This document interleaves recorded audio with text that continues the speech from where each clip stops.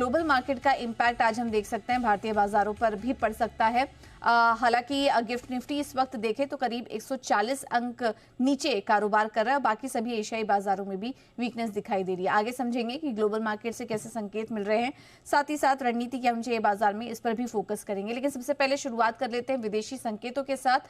नेहा हमारे साथ जुड़ चुकी है पूरा अपडेट लेकर। नेहा बताइए इस वक्त संकेत कैसे दिखाई दे रहे हैं आज के लिए? संकेत अच्छे तो नहीं है पूजा, बिकॉज ओवर द वीकेंड बहुत सारे डेवलपमेंट देखने को मिले हैं। सबसे पहले तो अमेरिका, जिसने लास्ट वीक ही शुक्रवार को ही कहा था कि अभी हम विचार कर रहे हैं अगले 2 हफ्तों में हम युद्ध में उतरने का फैसला ले सकते हैं, नहीं भी ले सकते हैं। तो यहाँ पर थोड़ा असमंजस का माहौल था। फिर व्हाइट हाउस की तरफ से कुछ ऐसे बयान आए कि अभी थोड़ा सा डिलेड एक्शन होगा। लेकिन संडे को एक बड़ा डेवलपमेंट हुआ। रविवार को अमेरिका का ईरान के 3 न्यूक्लियर ठिकानों पर हमले की पुष्टि यहाँ पर व्हाइट हाउस ने की है। बहुत सारे ग्लोबल मीडिया की तरफ से भी बयान आया। उसके बाद ईरान की जो संसद है उन्होंने स्ट्रेट ऑफ हॉर्मुज बंद करने को मंजूरी दे दी और उनका जो हाईएस्ट सिक्योरिटी काउंसिल है वो अब इस पर अंतिम फैसला लेगा। इस बीच ट्रंप ने यह भी कहा कि युद्ध रोककर शांति की ओर अब ईरान को लौटना चाहिए, वरना परिणाम और भी खराब होगा। और ईरान ने भी फिर उस हिसाब से रिटेलिएट किया। और आप देखिए स्ट्रेट ऑफ हॉर्मुज बंद करने को इनकी संसद ने मंजूरी दी है।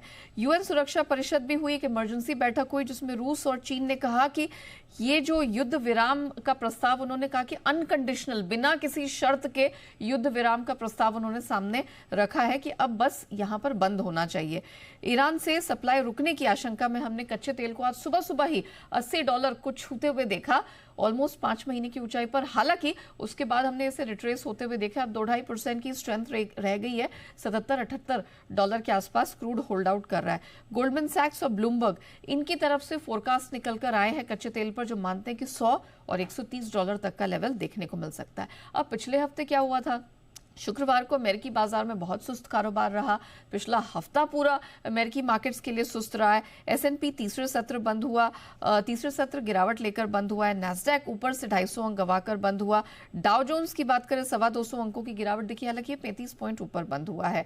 मिडल ईस्ट में जिस तरह का तनाव रहा, फेडरल रिजर्व की तरफ से इंटरेस्ट रेट पॉलिसी को लेकर जैसे बयान है, उस वजह से हमने देखा थोड़ा असमंजस था। क्रूड शुक्रवार को फिसला था क्योंकि एक बयान आ रहा था कि अमेरिका अभी तुरंत इन्वॉल्व नहीं होगा युद्ध में। इस कारण से हमने शुक्रवार में कच्चे तेल को थोड़ा सा टूटते देखा। लेकिन इस महीने भाव ऑलरेडी 20-23% भाग चुके हैं। सोना इतने जियोपॉलिटिकल टेंशन के बीच में भी थोड़ा सा गिर ही रहा है और $3400 के नीचे। चांदी को भी हमने $36 के नीचे फिसलते हुए देखा है। मेटल्स में बिल्कुल ठंडा प्रदर्शन, एकमात्र एल्यूमिनियम को छोड़ दें तो सारे मेटल्स यहां पर सुस्ती दिखाते ही नजर आए।